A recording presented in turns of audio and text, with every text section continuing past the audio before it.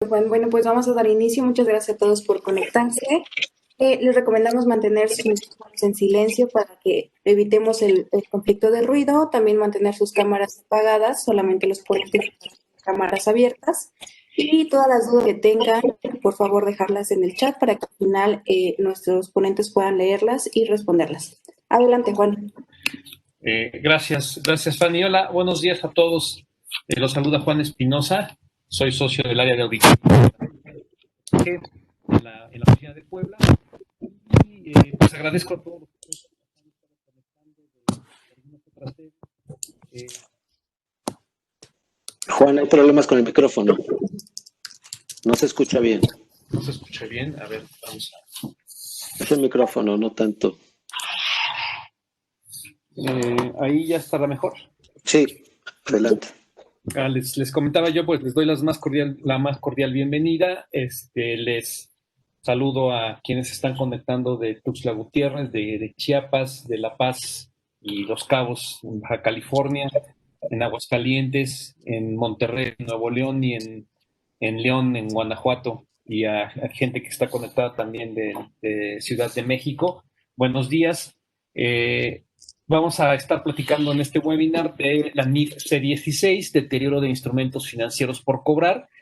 Esta NIF vigente a partir de enero de 2018, ya un par de años que está en vigencia y que poco se le ha dado importancia, ¿no? Generalmente nos hemos topado con que el deterioro de las cuentas por cobrar se sigue calculando como se venía haciendo. Y pues de este tema vamos a estar hablando en esta sesión. Te doy la más cordial bienvenida también a Darío y a Pepe, que son nuestros ponentes del día de hoy. Y voy a leer un poco su semblanza. Comienzo con Pepe García. Pepe García estudió la licenciatura en Contaduría y Finanzas y la maestría en Finanzas en la Universidad de las Américas Puebla. Es socio del área de auditoría en Creston BCG. Contador público certificado por el Instituto Mexicano de Contadores Públicos, con más de 25 años de experiencia, atendiendo grupos transnacionales públicos y privados. Estuvo en proyectos especiales y cuenta con gran experiencia en la evaluación de información financiera, control interno, consultoría corporativa y aspectos de orden regulatoria. Destaca su especialización en principios de contabilidad generalmente aceptados en Alemania, así como en la industria automotriz, productos industriales de consumo y telecomunicaciones. Es socio activo del Colegio de Contadores Públicos del Estado de Puebla y del Instituto Mexicano de Ejecutivos en Finanzas AC. Pepe, gracias por estar con nosotros. Al contrario, gracias a ustedes.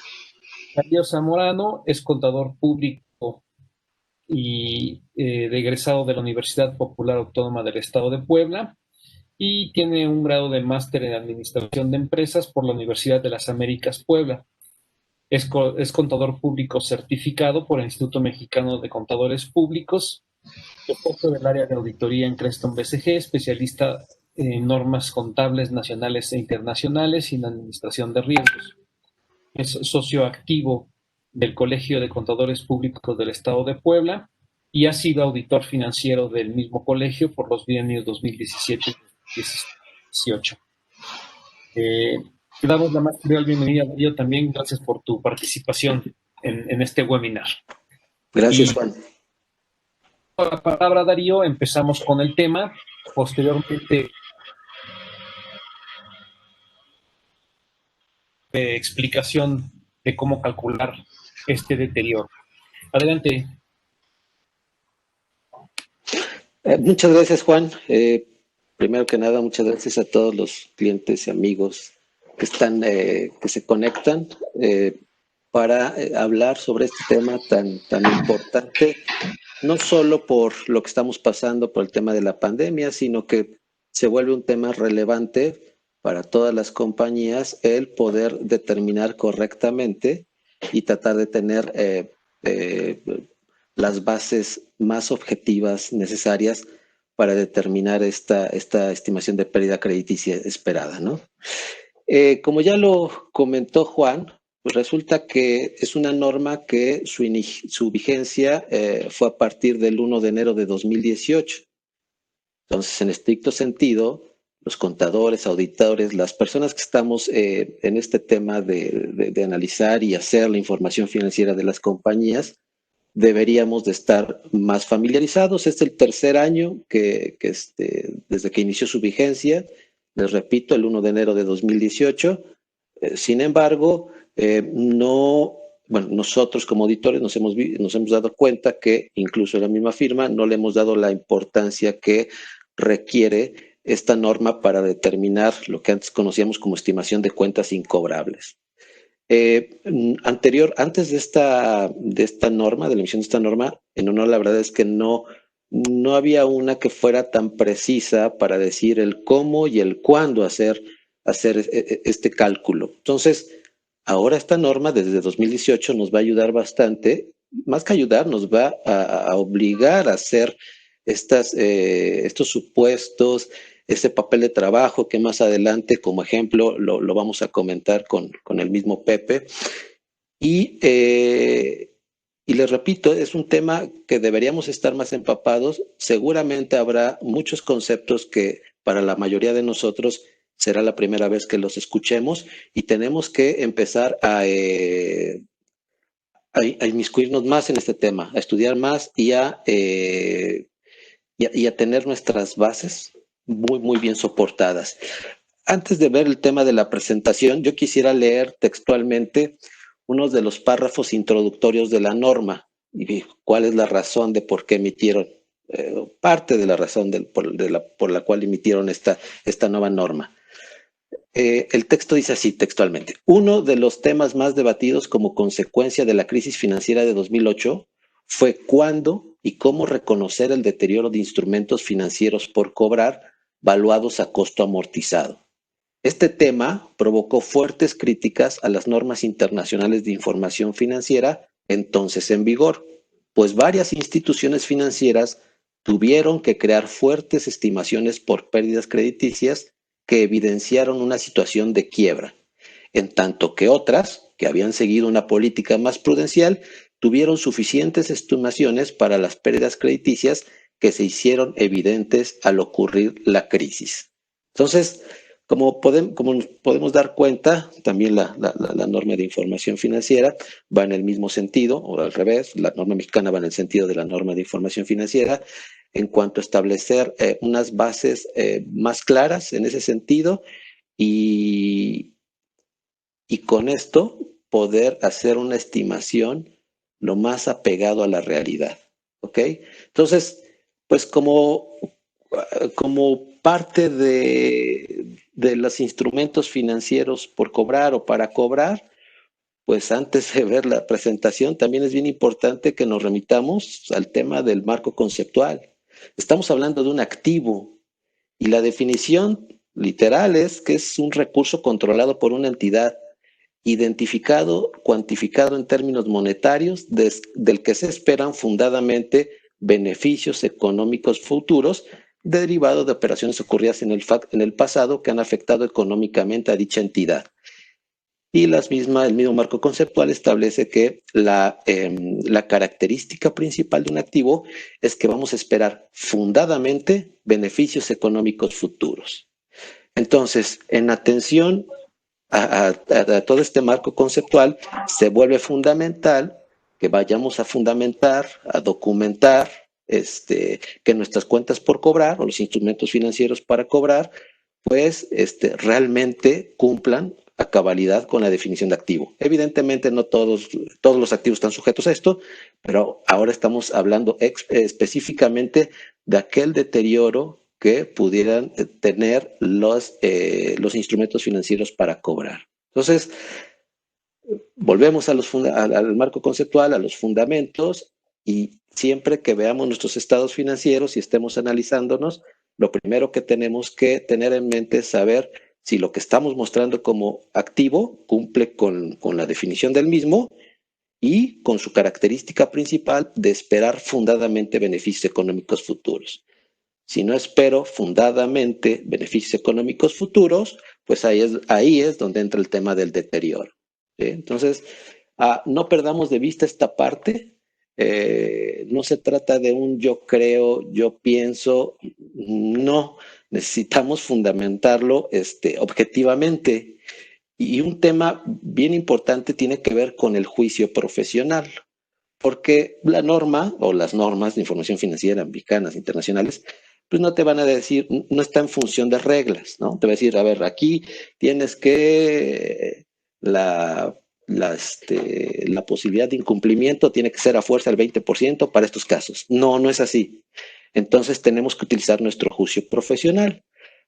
Y algunos dirán, pues al utilizar el juicio profesional se vuelve un tanto subjetivo, sí, pero siempre y cuando cumplamos a cabalidad con el tema de juicio profesional, es decir, los contadores, auditores, que preparamos información financiera, que revisamos información financiera, debemos utilizar nuestro juicio profesional, pero el juicio profesional se basa de dos temas fundamentales, la capacidad técnica y la experiencia profesional.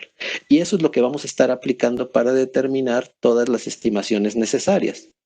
La capacidad técnica es que yo como contador necesito tener los fundamentos técnicos, porque de lo contrario estaría aplicando un juicio profesional equivocado seguramente. Y la experiencia profesional también es muy importante, porque como ya lo veremos más adelante, necesitamos remitirnos a lo que ha sucedido en la historia de la compañía. Si es una compañía de reciente creación, tenemos que ir o analizar otras empresas del sector, ¿sí? Entonces, el juicio profesional, como en la aplicación de todas las normas de información financiera, se vuelve fundamental. Y cuando hablamos de estimaciones, aún más, ¿no? Y también en el tema de los auditores, pues tenemos que aplicar también nuestro juicio profesional al aplicar las normas internacionales de auditoría. Entonces, como les decía, hay nuevos conceptos con los que debemos familiarizarnos y tratar de entenderlos lo mejor o de la manera más objetiva posible. Así que, digo, con este preámbulo, no sé si tengas algo que comentar, Juan y Pepe. Quise dar esta introducción porque, en esencia, creo que eso es de lo que trata la norma en general, ¿no? Sí, así es, Darío.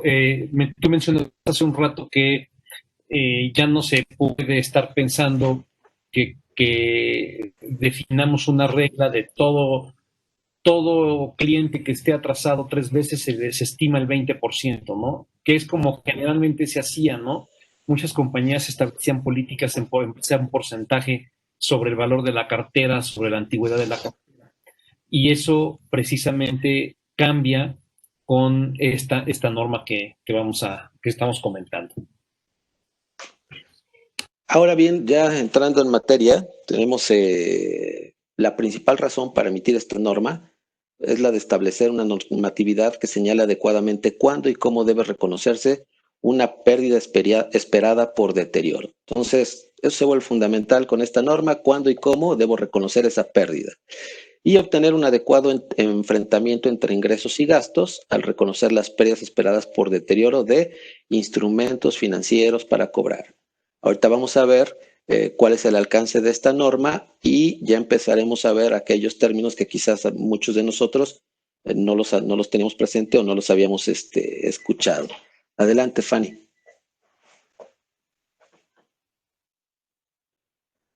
Bueno, pues el objetivo de esta norma es establecer las normas para la evaluación, presentación y revelación de las pérdidas por deterioro de todos los instrumentos financieros por cobrar en los estados financieros de una entidad económica. Adelante. Y aquí estamos hablando del tema del alcance y vamos a ver tres conceptos fundamentales. El primero se trata de las cuentas por cobrar, que simplemente le llama la norma instrumentos financieros por cobrar, pero son todas las cuentas por cobrar que trata la NIF C3. Eso es parte del alcance para determinar el deterioro de esta norma. También habla de los instrumentos financieros para cobrar principal e interés. Y entonces ya las iniciales ya se vuelven un poquito más complicadas, ¿no? IFC-PI. ¿Qué se trata? Esas se tratan en la NIF C20, instrumentos financieros para cobrar principal e intereses. Y por otro lado, los instrumentos financieros para cobrar o vender, que se tratan en la NIF C2, inversión en instrumentos financieros. El ejemplo que veremos al final trata exclusivamente de las cuentas por cobrar, por venta de bienes y servicios y otras cuentas por cobrar, porque en honor a la verdad es la gran mayoría de las compañías pues, tienen este tipo de cuentas por cobrar. Sí hablaremos en la parte teórica de lo que representa y cuáles son las fases que tenemos que llevar a cabo con los instrumentos financieros para cobrar principal e interés. Aquí en México, las compañías o las instituciones que prestan dinero, normalmente, no todas, están en el sistema financiero mexicano. Y en ese sentido, la Comisión Nacional Bancaria de Valores tiene ciertas reglas pues, para castigar la cartera, sobre todo la cartera vencida.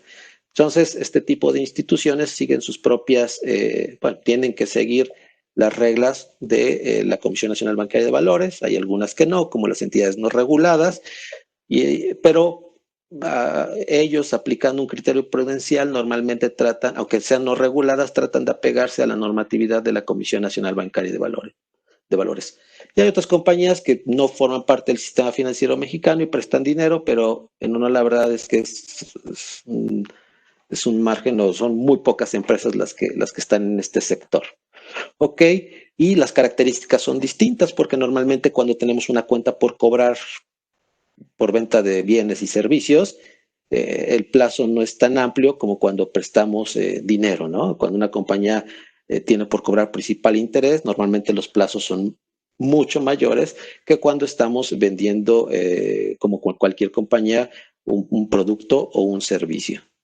Esta norma aplica también a las provisiones por compromisos de otorgamiento de crédito irrevocables a clientes que muestran un riesgo de crédito y el instrumento financiero por cobrar obtenido por contratos de garantía financiera otorgados.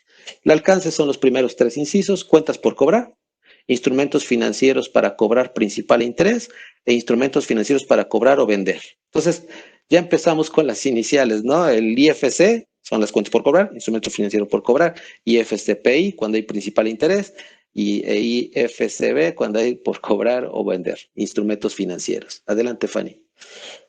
Y después habrá más términos interesantes que tenemos que tomar en cuenta. Y aquí viene la definición, ¿no? de la cuenta por cobrar y de los instrumentos financieros para cobrar principal interés y demás. Adelante, Fanny. Esta presentación seguramente se las haremos llegar a todas las personas que se registraron para que la tengan y ustedes vayan comparándola con la norma. Ahora bien, aquí están estos términos fundamentales. En primer lugar, era para identificar cuál era el alcance de la norma, ¿no? que son instrumentos financieros para cobrar, pero ahora tenemos estos factores que van a determinar la estimación, que antes decíamos de cuentas incobrables, ahora de pérdida crediticia esperada. La PCE, la pérdida crediticia esperada, es la diferencia entre el valor en bruto en libros, o sea, la cuenta por cobrar, y el monto que voy a recuperar de esa cuenta por cobrar. Entonces, lo que antes llamábamos como estimación de cuentas incobrables, pues es la estimación ahora de pérdida crediticia esperada. Y esta estimación de pérdida crediticia esperada se va a determinar considerando 2 factores, que es la probabilidad de incumplimiento y la severidad de la pérdida. Estos 2 factores, que son porcentajes, los vamos a aplicar al instrumento financiero por cobrar y así es como determinaremos la pérdida crediticia esperada. ¿Qué es la probabilidad de incumplimiento? Pues representa la probabilidad de que un deudor incumpla su obligación contractual de pagar. Para que tenga significado, esta debe definirse en un horizonte de tiempo dentro del cual el deudor puede caer en incumplimiento. Lo que normalmente hacíamos es que únicamente generábamos una estimación de cuentas incobrables sobre aquellas cuentas por cobrar que ya estaban vencidas. Y la norma nos dice que no necesariamente tenemos que esperar a que una cuenta por cobrar esté vencida para que determinemos una probabilidad de incumplimiento y severidad de la pérdida. Podemos tener una cuenta por cobrar todavía en el plazo del pago, pero si en ese momento la compañía a la que nosotros, y sobre todo por lo que estamos pasando en la pandemia, disminuyen sus ventas considerablemente, tiene que cerrar locales. Entonces, si nosotros ya tenemos conocimiento de todos estos factores, ya debemos darle una probabilidad de incumplimiento y aplicar un factor de la severidad de la pérdida. Entonces, no hay que esperarnos a que las cuentas por cobrar estén vencidas. De hecho, habría que hacer un análisis, vencidas o no, de todas nuestras cuentas por cobrar. Y la severidad de la pérdida es la porción del instrumento financiero por cobrar, o sea, de la cuenta por cobrar, que puede perder la entidad cuando existe incumplimiento del deudor. Pues, con otras palabras, la probabilidad de un cumplimiento de una cuenta por cobrar que ya esté vencida, normalmente se podría considerar el 100%. Pero la severidad de la pérdida no necesariamente tiene que ser también el 100%, porque aunque esté vencida una cuenta por cobrar, si nosotros estamos en negociación con el cliente para obtener para recuperarla y estamos en ese proceso, la severidad no tendría que ser tampoco del 100%. Entonces, normalmente sí debe ser similar la probabilidad de incumplimiento con la severidad de la pérdida, pero no necesariamente tiene que ser igual. Por eso existen los dos factores, si no, existiría uno nada más y con ese sería suficiente. Y va a estar en función de la experiencia con las cuentas por cobrar en la compañía en años pasados, con la experiencia que se tiene con ese cliente, con las condiciones existentes al momento de determinar esa severidad de la pérdida. Entonces, 3 conceptos fundamentales: pérdida crediticia esperada, PCE, probabilidad de incumplimiento y la severidad de la pérdida. Yo les repito, yo puedo tener una probabilidad de incumplimiento del 100% porque la cuenta tiene vencida más de 180 días. Sin embargo, la severidad de la pérdida no necesariamente tiene que ser el 100%, porque quizás tengo negociaciones con el cliente avanzadas para recuperar una parte de esa cuenta por cobrar. Y entonces ahí, aplicando el juicio profesional, ustedes determinarán si el monto que ya no van a recuperar, y ese va a ser la severidad de la pérdida. Adelante, Fanny.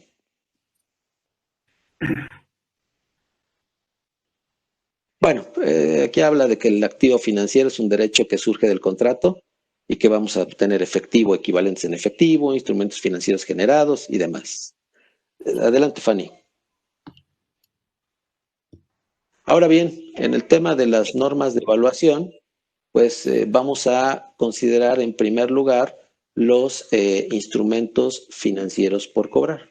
Entonces, para determinar la estimación de la pérdida crediticia esperada, la administración de la entidad debe efectuar, utilizando su juicio profesional, una evaluación de las pérdidas esperadas por deterioro de los instrumentos financieros por cobrar, considerando la experiencia histórica de pérdidas crediticias, las condiciones actuales y pronósticos razonables y sustentables de los diferentes eventos futuros cuantificables que pudieran afectar el importe de los flujos de efectivo futuros por recuperar. Es básicamente lo que ya he estado hablando anteriormente. Sí se vuelve muy importante que cuando apliquemos nuestro juicio profesional en la justificación, el documentar, no digamos, porque tengo muchos años en el mercado, yo creo que este cliente va a pagar 50. No, sino que tenemos que poner o documentar con datos: este cliente se ha comportado así en los últimos años, normalmente nos termina pagando después de este tiempo porque él también tiene un ciclo en el cual no recupera él mismo su venta en estos plazos. Es decir, tenemos que ponerlo, documentarlo por escrito, y no solo se tiene que quedar en dichos, porque si se queda en dichos, entonces ya no estamos fundadamente, o ya no estamos documentando fundadamente nuestro juicio profesional. Entonces ahí sí hay que irnos mucho para la historia de la compañía. Y ahora, pues debemos considerar las condiciones actuales. Y las condiciones actuales nos van a orillar a que apliquemos el criterio prudencial, pues siendo más estrictos, porque seguramente habrá una buena cantidad de cuentas por cobrar que no recuperemos, y entonces ahí es donde tenemos que aplicar ese criterio prudencial. Darío, si me permites Adelante. comentar algo, Claro. ¿hasta qué medida o hasta qué grado debemos considerar ese criterio prudencial ante una situación de pandemia que es única en el siglo, digámoslo así? Y no podría yo decir tajantemente, estos clientes no me han pagado y probablemente no me van a pagar. No lo sabemos todavía. Tal vez los clientes se recuperan el año que entra, o tal vez no, o tal vez me puedo llegar de algunos de sus activos para cobrarles. Yo creo que va a ser muy, muy difícil y tiene que juntarse la dirección, la gerencia de finanzas, los auditores, los asesores, los consultores, etcétera, para determinar ese grado o ese criterio prudencial que tú bien mencionas, ¿no? Evidentemente estamos ante algo, como tú bien lo dijiste, que esperemos que no vuelva a suceder, ¿no? Y que va a ser único. Entonces, evidentemente habrá cierta incertidumbre en ese sentido. Pero habrá otras situaciones en donde será más fácil determinarla. ¿Por qué? Pues por clientes que evidentemente ya cerraron, por clientes que les bajó su venta al 80%, y es decir, hay que analizar cuáles son los casos más dramáticos, por así decirlo, para que ahí sí apliquemos el criterio prudencial, ¿no? Si es un cliente que entendemos que su sector se va a recuperar por las condiciones actuales en el próximo año, eso hay que poner, ¿no? Pero también en función de expectativas que los especialistas digan o den, ¿no? Se estima que se va a recuperar este sector mejor que el otro, es decir, sigue siendo subjetivo, pero por lo menos hay que poner esas bases, ¿no? De lo contrario, Claro, estaríamos diciendo, pues yo creo, yo pienso, me imagino, y eso sí es lo que no es para nada válido, ¿no? y la severidad de la pérdida, aun y cuando haya un colateral o garantías o un fiador, pues también están en duda, ¿no? Porque los colaterales o los fiadores podrían ya no tener tampoco activos o ya no valer ese colateral o esa garantía, Sí, ¿no? es parte de las condiciones actuales, porque en Ya. el cálculo normal los colaterales, perdón, o garantías que se puedan recuperar, pues no están sujetos a esta severidad de pérdida, ¿no? Porque en teoría lo ¿No? vamos a recuperar. Exacto, Pero pero con las condiciones actuales, como bien dices, yo lo comentaba por lo siguiente, si tengo algún cliente o algún deudor y me dice, ¿sabes qué? Yo ya troné, no te voy a pagar, te doy mi terreno, te doy unas máquinas, y tú, ok, pero ¿para qué me sirven tus máquinas? Si sí, ni como claro. fierro viejo las voy a poder vender porque el que compraba fierro ya tampoco tiene liquidez. Pero bueno, eso es todos los temas que hay que considerar y estamos un poquito a tiempo todavía, antes de fin de año, faltan 2 meses y medio para el cierre del ejercicio y tenemos tal vez un poco de enero para determinar todos estos juicios, criterios, etcétera. Gracias, Así Darío. es. No, a ti. Adelante, Fanny.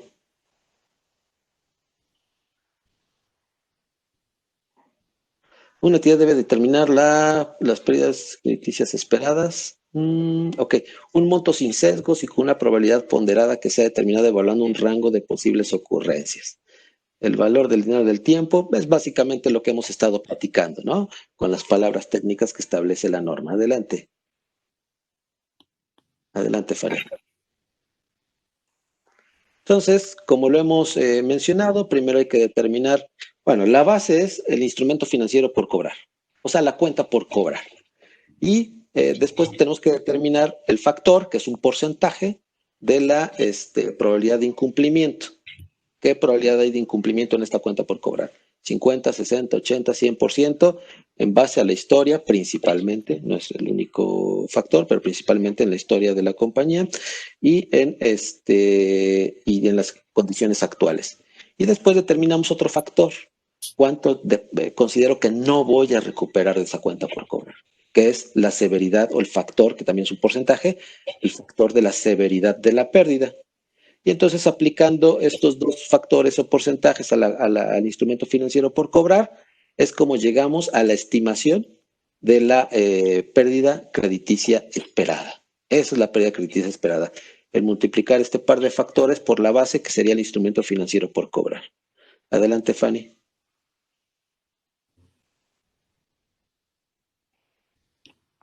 Ahora bien, brevemente les comentamos que en el tema de instrumentos financieros para cobrar principal e interés, a diferencia de las cuentas por cobrar por la venta normal de bienes y servicios.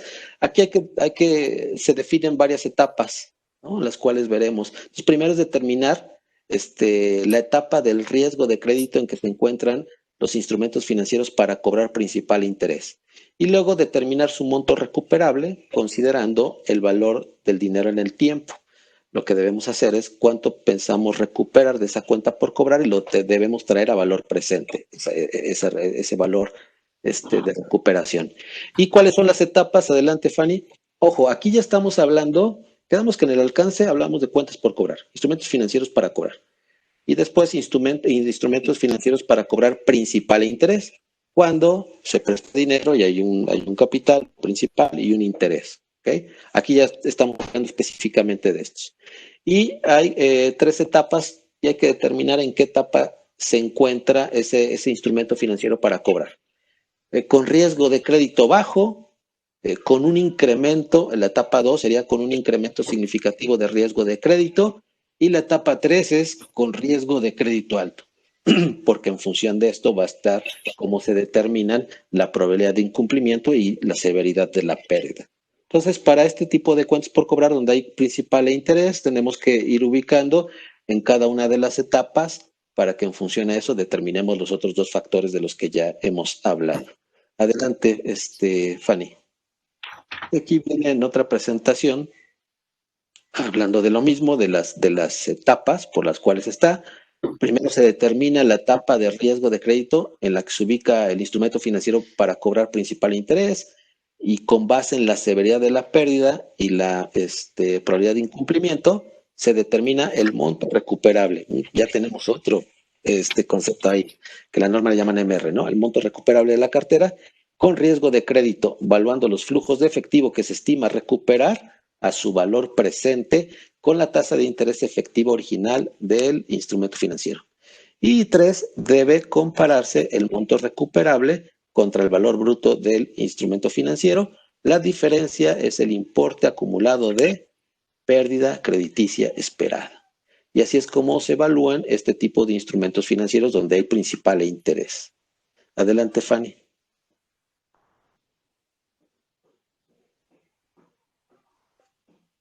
Adelante, voy pasando más para que ya vayamos, si te parece bien, a la Juan y Pepe, a la presentación. Les compartiremos esta presentación a todos ustedes para que la puedan analizar con mayor calma, porque aquí lo importante es, y ahora cómo lo aplico, ¿no? Adelante, Fanny. ¿Cómo lo aplico? Y es lo que vamos a ver con Pepe, pero hay el efecto tiene que estar en la utilidad o en la pérdida neta. Ahí es donde vamos a registrar el efecto de esta estimación por pérdida crediticia esperada. Y de igual forma, si nosotros, adelante Fanny, si nosotros afectamos una estimación en la pérdida del ejercicio y después se recupera esa cuenta por cobrar, pues tendremos que afectar ahora de manera positiva el mismo rubro que en su momento fue afectado originalmente con esa pérdida. ¿Sí? Adelante. Hay una buena cantidad de cosas que se tienen que presentar. Mande. Adelante, Juan. Antes de que algún participante tiene alguna pregunta, nos la pueden hacer por el chat y las vamos contestando. Hay 2 ahorita que quisiera yo aprovechar a contestar. Una que nos hace Miguel Mondragón. Saluda a todos y pregunta si aplica también para operaciones entre partes relacionadas. ¿Qué podríamos comentar en esta parte, Pepe, Darío? A ver, gracias, Miguel Ángel Mondragón, gracias, gusto en saludarte por este medio. Mira, depende de para qué estás preparando la información financiera. Si el fin último de la información financiera de la subsidiaria es preparar estados financieros consolidados, o sea, enviarlos a casa matriz para que se consoliden, no importa, el efecto va a ser 0. Si yo aplico una pérdida crediticia esperada a cuentas por cobrar de partes relacionadas, del otro lado de la parte relacionada deberán estimar algo parecido, de tal forma que al consolidar el efecto es 0. Si yo, por el contrario, voy a emitir estados financieros individuales para fines estatutarios, legales, etcétera, sí tengo que considerar definitivamente esta pérdida crediticia esperada, aun y cuando se trate de operaciones entre partes relacionadas. Recordemos el tema de entidad económica, el negocio en marcha, para poder evaluar básicamente las operaciones de la entidad como única, independientemente del grupo al que pertenezca. Adelante, Juan. Gracias. Gracias. Y Jorge Padilla nos pregunta, y para determinar un monto real estimado, fuera de cualquier suposición, el documento base del valor de la pérdida crediticia esperada sería un cálculo actuarial elaborado por un profesionista certificado. La pregunta sería, ¿tendríamos que recurrir a un cálculo actuarial, un perito evaluador, un actuario, para que nos ayude a establecer pues estos porcentajes de probabilidades y de severidad de la pérdida? No necesariamente, la norma no lo obliga, no lo establece, sin embargo, en algunos casos en donde sea más complicado por el tipo de empresa y el volumen de clientes que tenga, quizás lo pudieran hacer, pero no necesariamente. Y no necesariamente porque tenemos dos formas de determinar esta estimación de pérdida crediticia. Una es de manera individual, en donde tenemos que ir analizando caso por caso, porque cada uno es distinto, y como bien lo dijiste, Juan, al principio, no podemos aplicar unos factores o meter todo en la misma bolsa, ¿no? Entonces, el primer procedimiento tiene que ser analizándolo de manera individual. Entonces, ahí nos requeriríamos la estimación de un valuador. Y también la norma permite que sea grupal, es decir, que sí pueda agrupar una cantidad de clientes, pero pues que tienen que ser homogéneos, con las mismas características. Sí, tiene que cumplir una serie de características para que los podamos incluir y hagamos el cálculo de la estimación de pérdida crediticia en función de un grupo, pero tiene que ser grupos homogéneos. Entonces, en la mayoría de las compañías, lo recomendable es hacerlo de manera individual, excepto estoy pensando quizás en una escuela, en una universidad, pues ahí el volumen es mucho mayor, normalmente hay grupos homogéneos, probablemente ahí se pueda hacer por grupos, pero en la gran mayoría de las compañías tendría que ser de manera individual para que vayamos justificando o documentando esa probabilidad de incumplimiento y la severidad de la pérdida. Ok, gracias. Continuamos. En el tema de presentación, la norma es primero el tema de la norma de evaluación, luego de presentación, se presenta ahí disminuyendo las cuentas por cobrar o el instrumento financiero, ¿no? Más adelante, Fanny. En el tema de revelación, sí tenemos que revelar una buena cantidad de temas. Por ejemplo, cómo se determina la probabilidad de incumplimiento y la severidad de la pérdida. Es decir, no nada más vamos a tener un papel de trabajo para llegar a un monto y hacer el registro contable y presentarlo en los estados financieros, sino que ahora, a través de las notas a los estados financieros, tenemos que revelar cuáles fueron los criterios que utilizamos para aplicar esto. Luego, el movimiento en el periodo de la estimación de la pérdida crediticia esperada, explicando las variaciones importantes. Si la determinación de la pérdida crediticia se hace en forma individual o colectiva, cuáles son los colaterales y garantías con las que se cuenta y concentraciones de riesgo de crédito por moneda, tipo de cliente y otros. Adelante, Fanny. Y ahorita nos hablas un poquito del riesgo de crédito, Pepe o Juan, para que entendamos muy bien qué es lo que tenemos que revelar en ese sentido. Dime. Antes, Juan Martín Delgado tiene una pregunta. Si quieren, la contestamos de una vez. Adelante. Dice Juan Martín, ¿de qué forma se revela o incide en la pérdida crediticia esperada cuando el cliente toma acciones legales con su cliente, lo demanda por la vía mercantil? Bueno, en ese caso ya hay un hecho concreto, que es una demanda, y ahí dependerá de todos los recursos que los abogados estén interponiendo ante las autoridades, y ellos mismos, los abogados, deberán determinar la probabilidad de que ganen o no el juicio. Y eso incide definitivamente en el grado de la pérdida. ¿Sí? Porque la probabilidad de incumplimiento, pues ya fue el 100%. Ahora claro, nada más hay que determinar el grado de ¿Cuánto nos pérdida. vamos a recuperar de eso, no? Exacto. Y ahí Eso nos ya ayudan nos los lo deberá de abogados, decir. como tú bien dices. Sí, con su carta, con la carta. Pero los abogados a veces dicen, pues hay, y sin ofender a ningún abogado que esté presente acá, algunos abogados, claro, para cuidarse y proteger, dicen, pues hay mitimita, michimicha, de que ganemos o perdamos. Pon elementos más concretos, ¿sí? No podemos decirle así, pero si a tal grado llegamos con los abogados, pues la severidad de la pérdida será el 50%, ¿no? Claro, por supuesto. ¿De acuerdo? Muy bien. Como podemos ver, el tema de la evaluación es fundamental y las revelaciones que tenemos que hacer en los estados financieros también son muy, muy importantes, ¿no? Por ejemplo, revelaciones sobre el riesgo de crédito debe proveer información sobre las prácticas de administración de riesgos de crédito de la entidad y cómo se relacionan con el reconocimiento y evaluación. En honor a la verdad, esto debimos haberlo estado reconociendo, revelando, perdón, en los estados financieros de 2018 y en muchas compañías no se está revelando. Entonces, a ver, Pepe, si nos puedes hablar un poquito más del tema de la revelación sobre el tema de los riesgos crediticios.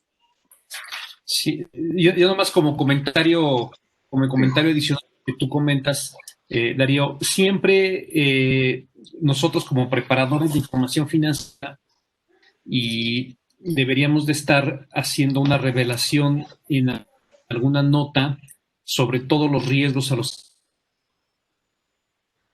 que están dando. En este caso específico que estamos hablando del riesgo de crédito, pues debería de haber una revelación en los estados financieros de cómo se está cubriendo este riesgo. Y así el riesgo de mercado, el riesgo de la fluctuación cambiaria, bla, bla, bla, todos los riesgos que afectan de alguna forma a la compañía, ¿no?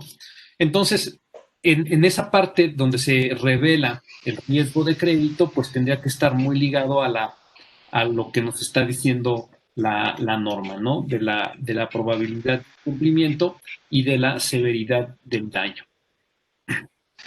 Exacto, como bien dices, Juan, tenemos que reconocer que hemos fallado en los últimos años en poner en notas a los estados financieros esa parte que se llama administración del riesgo, donde en subcapítulos, subíndices, poner riesgo crediticio, riesgo de tasa de interés, riesgo de moneda, riesgo, etcétera, riesgo del crédito, y ahí poner todos estos temas, definitivamente.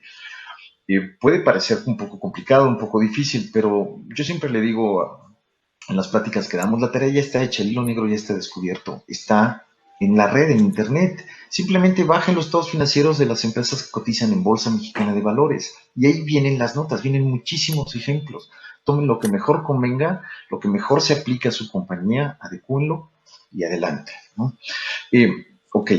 Y Juan Martín comenta también, y quiero hacer un paréntesis, que en varios casos terminan, las empresas que tienen deudores morosos o que ya demandaron, terminan por recibir inmuebles o permitiendo otro bien a cambio de la cuenta por cobrar. Ahí recordemos que si se extingue la deuda por recibir a cambio algún bien, pues lo debemos recibir al valor razonable de ese mismo bien y no al valor que supuestamente el cliente me está dando para pagar, para extinguir la deuda. Por ejemplo, si tengo una deuda de 100 y mi cliente me dice, yo te voy a dar estos bienes inmuebles para extinguir los 100, puede ser que yo acepte esos bienes inmuebles, pero no necesariamente valen 100, tal vez valen menos, mucho menos, eso lo deberá determinar un perito evaluador y yo deberé de reconocer ese bien inmueble que recibo a cambio de mi cuenta por cobrar en mi contabilidad al valor razonable y la diferencia entre la deuda original o el valor nominal bruto, pues mandarlo a resultados o reconocerlo como pérdida. ¿Ok? Muy bien. Adelante, Darío. Pues si te parece bien, Fanny, ve al ejercicio que va a platicar, que va a explicar detalladamente Pepe. Por la parte teórica, creo que abarcamos lo que consideramos más importante y que nos tiene que servir de base para que esa buena teoría la llevemos a una buena práctica. Entonces, adelante, Pepe. Muy bien, perfecto. Veamos el ejemplo práctico. Ahí quédate un momento, Fanny, por favor. Este es Este es un webinar para hacer conciencia de todo lo que hay que hacer con esta nueva NIF, lo que se trata.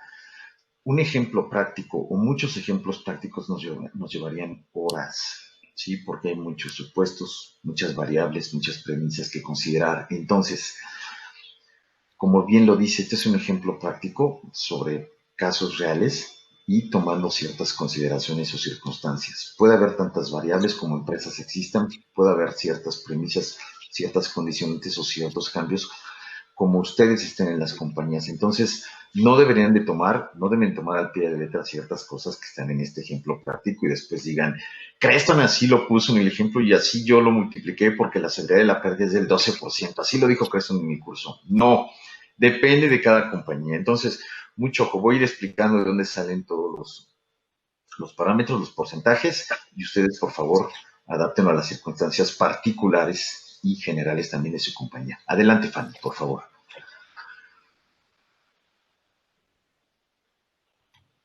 Gracias, Fanny. Hay algunos supuestos sobre lo que existe en la compañía. Esta compañía cuenta con activos financieros que están representados principalmente, como lo dice la definición, por derechos contractuales de recibir efectivo o cualquier otro instrumento financiero de otra entidad y que tienen las siguientes características. El primero, la experiencia histórica de pérdidas crediticias reales demuestra que la cartera es relativamente sana. Está compuesta por 131 clientes activos y 149 con saldos inmateriales en lo individual y sin concentración de crédito importante en lo particular. Inciso B, de los clientes activos, 43 de ellos representan el 88% del total de la cartera. O sea, casi la mitad del número de clientes abarca pues casi la totalidad de la cartera. 22 clientes el 7% y únicamente 66 clientes el 5%. Inciso C, se otorga regularmente de 30 a 45 días de crédito, pudiendo extenderse en algunos casos a 69 días, 60 días debe decir. Adelante, Fanny. Inciso D, a diciembre de 2019, el 82% de la cartera está vigente. Quiere decir que está en el plazo de pago, en el periodo de pago. El 14% tiene antigüedad hasta de 30 días y ahí lo recalco, únicamente el 3% de la cartera a dicha fecha presenta morosidad. Esto pone más énfasis en lo que mencioné al principio, la cartera es sana, es muy sana, ¿sí? Luego, esta morosidad está representada totalmente por 11 clientes. Y sobre ellos vamos a concentrar el análisis en este primer ejemplo, ¿sí? La pérdida crediticia esperada se evaluará y determinará individualmente. En este caso, si es práctico efectuarlo dado el bajo volumen existente de cartera. Ustedes me podrán decir, sí, ok, son 11 clientes, es un volumen bajo, pero también podríamos hablar de 100 clientes, 200 clientes, los podemos evaluar en lo individual, no es una cantidad tan grande, ¿no? Repito, depende de las circunstancias de ustedes. Y otro, finalmente, la experiencia e historia de los libros contables demuestra que la cartera es corriente y se considera recuperable. Entonces, ahora veamos las cifras. Adelante, Fabio.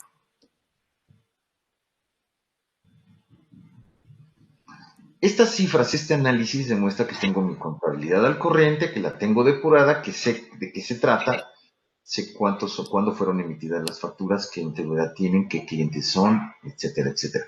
Si no cuento con un sistema de información contable actualizado o adecuado, pues no podré hacer estos análisis. Ahí veo la segmentación, los números de clientes activos, cuáles son sus saldos al cierre anual, cómo está concentrada la cartera, cuál es la cartera corriente, de 0 a 30, 30 a 60, 60 a 90, 90 a 120 y mayor a 120 días. ¿Por qué divido cada 30 días? Pues es una práctica común de la industria de este cliente. Puede haber otros que sus plazos sean cada 90 días, o sean cada 120 días, depende. Pero en general, en la práctica corriente de muchas industrias son cada 30 días, ¿no? Hay alguna mención de saldos negativos inmateriales en lo individual, 149 partidas, que representarían que falta ahí algo por depurar. Sin embargo, $500,000 de pesos no es tan representativo de un total de cartera de casi 23 millones de pesos. Adelante, Fanny, por favor. Perfecto.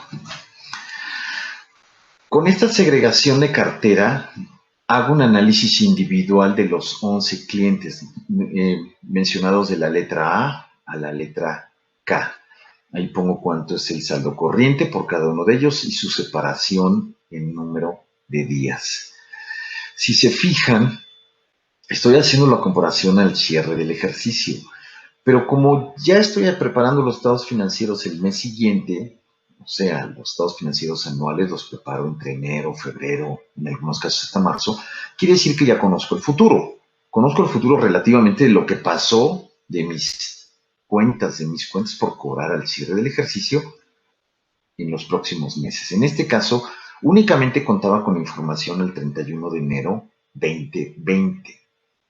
Y ahí comparo qué es lo que está pasando con la historia de los clientes. Por ejemplo, en el caso del cliente A, que debía 18,531 a más de 120 días, pues ya los pagó a enero. Entonces, ya no hay riesgo, ya no tendría por qué considerarlo en una evaluación de las pérdidas.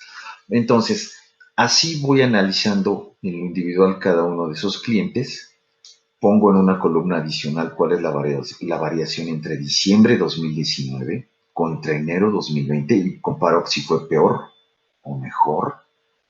Mejor entre paréntesis, peor positivo. Y ahí pongo una probabilidad de incumplimiento. Ahorita explico cómo se determina y una severidad de pérdida. La severidad de pérdida en este caso, en esta evaluación, para todos los clientes es del 100%, porque son cuentas por cobrar comerciales por las que no les exigen garantía colateral o fiador alguno. Y no lo han hecho en el pasado porque la experiencia les ha demostrado que no tienen problemas de cobrabilidad, tanto que la cartera se muestra sana, ¿sí?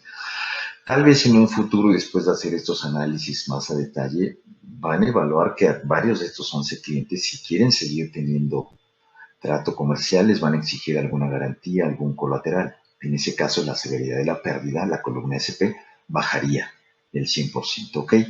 Bueno, tengo ahí una probabilidad de incumplimiento. Ahorita les explico de qué se trata.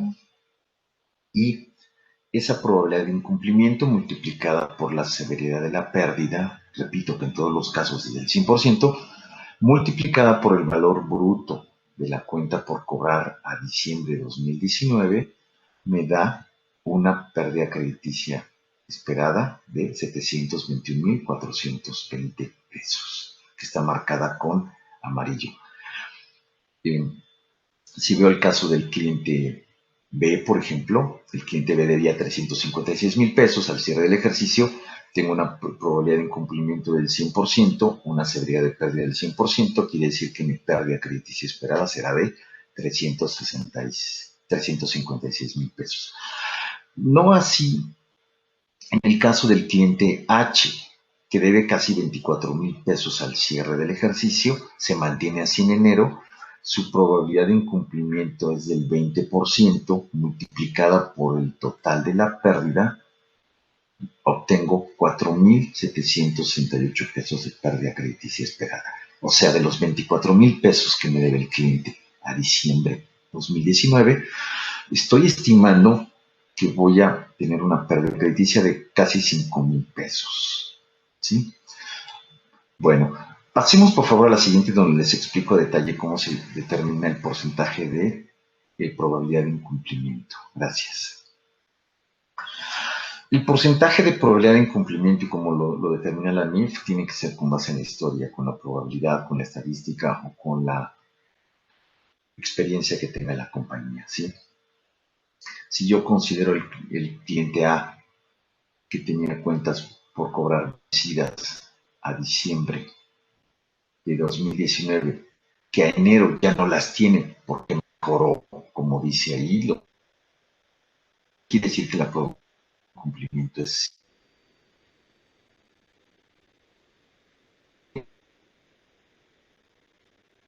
vía dinero vencido a más de 100 días, la experiencia, la historia y los datos reales demuestran que ya pagó. Esperada el 31 de diciembre de 2019, cuando enero 2020 ya pagó todas sus Sería ilógico, sería redundante crear pérdidas crediticias por algo que al cierre del siguiente mes del ejercicio ya no se debe. No así en el caso segundo del cliente B, que tiene pérdida de 356,000 y tengo que dividir lo que está mayor a 120 días a enero 2020 entre el total de la cuenta por cobrar a diciembre 2019. Veamos el caso D. El caso D debía 310,000 pesos al cierre del ejercicio y su cuenta por cobrar mayor a 120 días, que es la que representa un mayor riesgo, asciende a casi 38,000 pesos. Hago una simple división aritmética y me representa el 12%. Quiere decir que es la probabilidad de que me cumpla el cliente porque ya se fue a más de 120 días. ¿Por qué más de 120 días? Porque es lo que demuestra la historia, la experiencia de la compañía. En el caso del cliente G sería un 17% y en el caso del cliente H un 20%, que representan casi 5,000 pesos sobre, 24,000 pesos atrasados al cierre de 2019 sobre 120,000 pesos. Muy bien, esa sería la determinación de la pérdida, de la probabilidad de incumplimiento, en este caso en particular, donde está dándole mayor valor exclusivamente a 11 clientes y exclusivamente a todo lo que sobrepasa 120 días, porque es la experiencia que tiene de no recuperar las cuentas. No en aquellos casos de 90 días o de 60, etcétera. Ustedes deberán evaluar, en caso particular, si el hecho de sobrepasar 90 días ya representa un riesgo mayor o el hecho de sobrepasar 60 días representa un hecho mayor. En el caso de esta compañía, por la estadística, por la experiencia, son 120 días. Repito, no lo tomen como dogma de que los 120 días es caso particular de esta compañía para fines didácticos. Sigamos a la siguiente lámina. Por favor, Fanny. Perfecto. Este es otro enfoque que considera todas las cuentas por cobrar, ¿sí?, estén o no vencidas a más de 120 días. Allí estamos comparando la historia desde diciembre 2017 hasta enero 2020. Estoy comparando lo que está corriente, lo que está 30, 60, 90, 120 y más de 120 días, etc. Ahí pongo la proporción de antigüedad. Si se fijan, hay un pequeño deterioro de diciembre de 2017, cuyas cuentas por cobrar corrientes representaban el 90%, y a enero de 2020 están bajando al 82%. Esto seguramente lo van a observar en la mayoría de los casos ustedes en sus compañías. Sin embargo, ahí sacamos una proporción de las antigüedades de cada una de los vencimientos. 20%, 1%, 14%, etcétera, dependiendo de los días. Y con eso puedo determinar una probabilidad de incobrabilidad por cada uno de los casos. Y eso lo determino con base en el juicio profesional, como lo comentaba al principio de la plática Darío.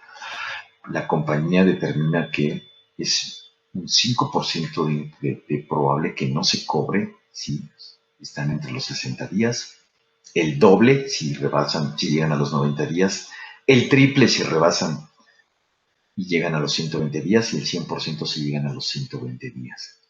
Y la severidad de la pérdida, como lo comentamos antes, siempre va a ser el 100% en todos los casos porque no cuentan con colaterales, garantías o fiadores. La multiplicación del PI y de SP me da la ponderación de la pérdida crediticia esperada para cada uno de los casos de vencimiento de las cuentas por cobrar. En este caso, lo corriente 0%, a 30 días también 0, a 60 días sería el 5%, que es la multiplicación de 5 por 100, a 90 días 10%, multiplicación de 10% por 100%, y así en lo sucesivo. Si comparo eso contra los saldos brutos al cierre de cada uno de esos años y lo comparo al cierre de 2019, vemos que hay una pérdida crediticia esperada de 700,000 pesos, muy parecida esta pérdida crediticia esperada de manera global a la que había yo determinado de manera individual. ¿Qué recomendamos nosotros a nuestros clientes y amigos? Utilicen más de un enfoque, no se vayan nada más por el individual, si las circunstancias lo permiten y el sistema de información contable proporciona todos los datos necesarios. Hacer dos enfoques y al final quedarse con el más conservador, ¿no? En este caso práctico nos quedamos registrando el libro 752,000 en lugar de 702,000. Muy bien. Esta sería en pocas palabras una explicación muy breve, muy concisa de cómo se aplica esto de las pérdidas crediticias esperadas. A sus órdenes para cualquier comentario, duda, en obvio de tiempo, me detengo aquí. Por favor, estamos a sus órdenes. Darío, Juan, cualquier comentario. Gracias, Pepe. Si tienen algún comentario, nos los pueden poner aquí en el chat. Una pregunta antes de dar por concluida el webinar. Y nada más como comentario, si lo vamos a hacer global, Pepe, en lugar de partida por partida, en el caso de alguna compañía que tenga muchos clientes y que se dificulte esta actividad de partida por partida, ¿cómo tendríamos que estar haciendo esa estimación global? ¿O cuál sería como la principal punto? Tendríamos que estarlo dividiendo por antigüedad de saldos y por algún otro concepto. No necesariamente. La antigüedad de saldos es un parámetro muy bueno que explica el comportamiento histórico de los clientes, pero también hay que ver la segregación de las partidas, la concentración de crédito, si pertenece a un grupo particular de empresas o la poca concentración de crédito en mi compañía, pero a nivel grupo es muy importante, ¿sí? Entonces hay que considerar todos esos temas, pero definitivamente el punto de partida sería la antigüedad de las partidas. Quiero ser enfático en esto. Muchas compañías en estos últimos meses han estado refacturando y eso truena la antigüedad del sistema de información contable. Cancelan una factura y la vuelven a hacer y con eso, según esto, desaparece la antigüedad, lo que es falso. Hay que considerar el primer momento de creación de las facturas. Si mi sistema de información contable, repito, no es tan confiable, me voy a ir con la finta de que las partidas son corrientes o tienen menos de 30 días, cuando tal vez tienen más de medio año o tienen un año. Mucho ojo con eso, ¿no? Así es. Es importante lo que mencionas. Martín Rojas nos comenta en el chat que él considera que es importante considerar como resultado de la aplicación de la norma, pues evaluar las políticas de crédito, ¿no? Yo creo que es un punto interesante. Hay que evaluar las políticas de crédito para identificar o para definir si son las adecuadas a las realidades del negocio, ¿no? Yo creo que es un buen comentario. Gracias, Martín, por hacerlo. Pues bueno, creo que ya no hay ningún comentario adicional. Gracias por su participación en este webinar de Creston. Gracias, Pepe. Gracias, Darío, por la exposición que nos hicieron. Y les haremos llegar la presentación a los correos electrónicos que tenemos registrados. Y para cualquier comunicación posterior al webinar, pues aquí está nuestros datos. Está el correo electrónico a contacto@crestonbcg.com.mx. Muchas gracias, que tengan muy buen fin de semana. Muchas gracias a todos por su atención. Gracias a todos por conectarse, por participar y hay que meternos de lleno. Muchas gracias a todos. Estamos a sus órdenes por cualquier duda.